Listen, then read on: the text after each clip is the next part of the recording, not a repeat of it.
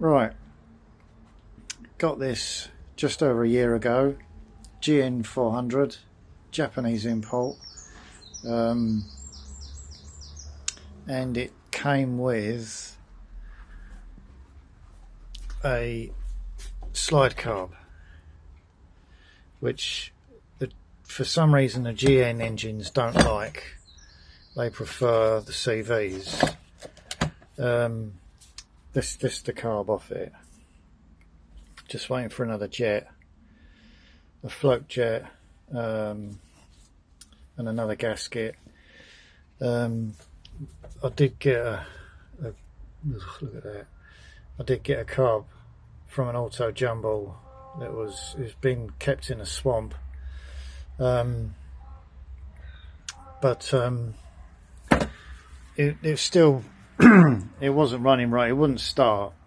When I did manage to start it, I could leave it for an hour, first kick, go every time. So I thought, while I'm waiting for the bits, I'll do a bit of preventative maintenance. Being a Japanese import and never been touched, I don't think, from new.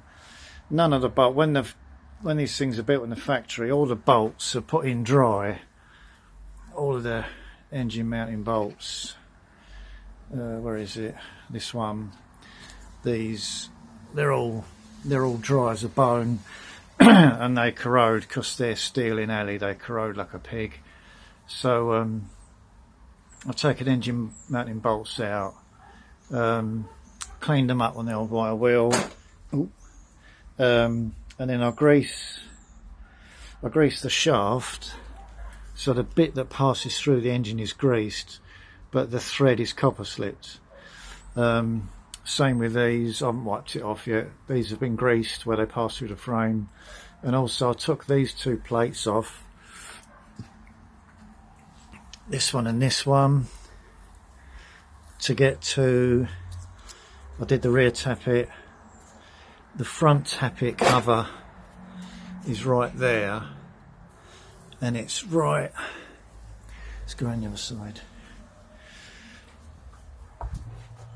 it's right underneath these two. So you, just to make it easier, and because I was going to do these anyway, I took the two plates off. The front tappet had the merest gap in it, so by the time, also being exhaust tappet, by the time the engine gets hot, that'll probably close up. So I adjusted that one, took the airbox out, which was an absolute pig. I had to take the chain guard off.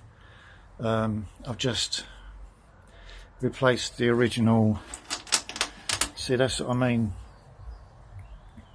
They go furry and horrible, and I don't like Phillips heads. I know they're the original thing, so I've just put Allen bolts in. Up there, in there, this little swelling is a dowel, and there's one underneath, there's one behind. Oh, for goodness sake, one under there. And obviously they go together dry, and they're steel. The dowels are steel. Alley case, they're going to rot and go horrible, so they've been copper slipped. I've not cleaned that off yet. Obviously really careful. None of this copper slip will get into the engine because that's the generator behind there. But again, inside there, it's just covering it a bit, but it does tend to squish out a little bit. It's not going to get in the engine. I never use copper slip where rubber's concerned. You see a lot of people, they will copper slip these brake caliper slides, and you get copper slip on the rubber boot, and it will double its size. Rubber hates copper slip. So when I service a bike, I end up using about 3 different greases: general purpose grease, red rubber grease, copper slip. Depending on the application, that's what dictates what you use. I've worked in a bike shop before, and one of the chaps there used to get through a tub of copper slip a month. He copper slipped the living shit out of everything, and it is not the way to do it. This is the inlet rubber from the airbox to the carb. Sort of sits under there, but it is rock solid. I mean, it is rock hard. I've been looking on YouTube about softening these up. I'm going to give it a wash, and then I'm going to not exactly boil it, but put it in some very hot water, and just keep putting hot water till it cools, just to soften it. I know it's because with the hot air gun on it, it does soften up nicely, but then it goes back to being hard again. It's something to do with all the plasticides and rubbicides and pesticides and whatever else you want to call it. They leach out over the years. So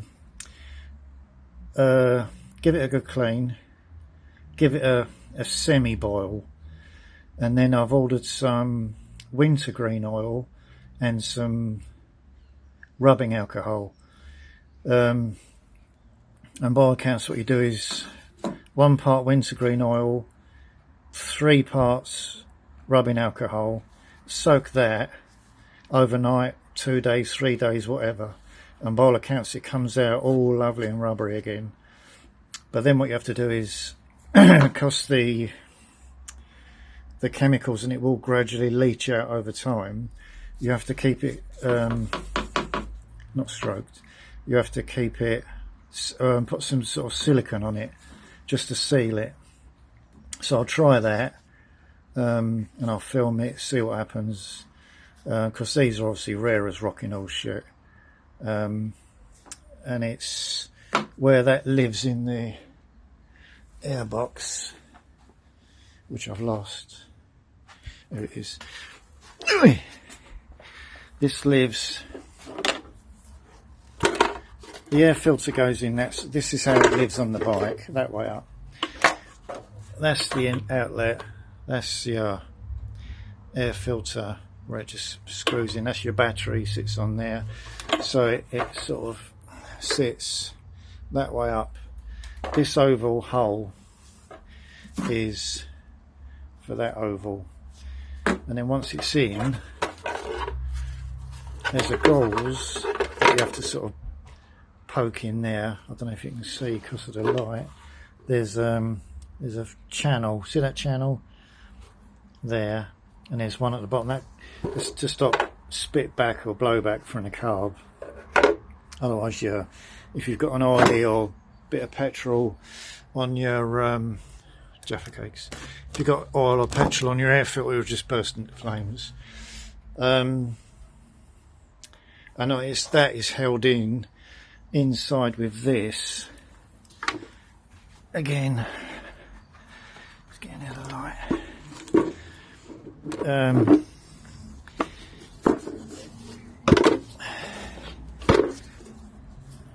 This rivet, there's a rivet there and a rivet underneath, and then from inside, once the rubber goes in, this bit will fit inside it. It's riveted in place and it stops it compressing and dropping out. So hopefully it'll all be tickety-boo once that's in. Is that my finger? Yeah. The starting issue was, hold on, in the fuel bowl, float bowl, floaty fuel, let's get a pointy stick.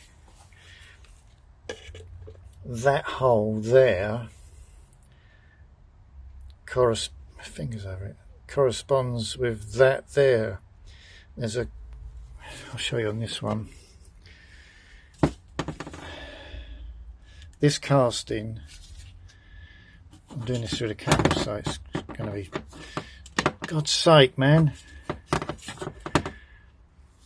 So that hole comes out at this hole, but where this have been stored, modern petrol is just god awful. So So I've had it in acetone, and I got my airline on it, and it still wouldn't clear it. That hole in there, the bottom down there, is tiniest hole.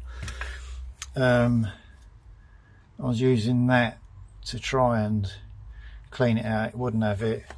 It's wet. I'm going to put this on because acetone, it evaporates like a bastard. Hold on. Bear with. Right. Acetone vaporizes or evaporates really quickly. So I managed to get a hot air gun on it, but I did have to cheat and put the little flame spanner on it, cook the insides out of it, burn the shit out of it, and then blew it out with the airline. So once the carb bits are here and the wintergreen oil rubbing alcohol, it's going to be, I mean, it's a road bike, but I've put knobblies on it to do a bit of green laning with a friend of mine. And it's the exhaust, it came with this, which was off of a 125, and this, I mean, that's just about getting my thumb in it. It was strangling the crap out of it up the motorway or down the A road. It was 45 miles an hour flat out. But I had a spare one of these, which I've just put a decibel killer in there. It sort of sandwiches between the baffle and the end of it, and that's made a bit of difference. It's probably too loud to go green laning. I mean, you come across horses and dog walkers, and the last thing you want to do is upset them and give us an even worse name. So I should try and quieten it down a bit. But I mean, the beauty of this, when I reinsured the sidecar, oh, did I use Peter James? I think it's Peter James Insurance. I had a quote to put this on it as well, and there was no extra cost. It didn't cost anything to insure that on the same policy as the sidecar, and it's tax exempt and MOT exempt. So basically it costs me petrol and it will do, according to the book, 70 to the gallon, so call it 60. Even so, that's, I mean, that's pretty good going. I've ordered some more foam. This is obviously a non-standard air filter. That's standard. I think it has a paper or some sort of, but this is an aftermarket, and it's had Gorilla Glue, and it's made up of three parts. So I've ordered some more foam because I think this was strangling it as well. Jaffa cakes. So that's about it. Once I'll try and film rebuilding it all, rebuilding the carb, putting the airbox back. But I haven't got a stand for my phone, so I'm going to have to sort of, I don't know, dangle it off an earring or something, I don't know. But all being well, I'll film rebuilding the carb, checking the float height. Getting any sort of technical information on these is near enough impossible. You can't get a manual anymore. I did loads of digging on eBay, stupid git, on the Tinterweb to find float heights, tappet clearances, plug setting, plug gaps. So I've managed to get them. I've got that's the float off of this with the original needle jet. So once that's all back together, float height,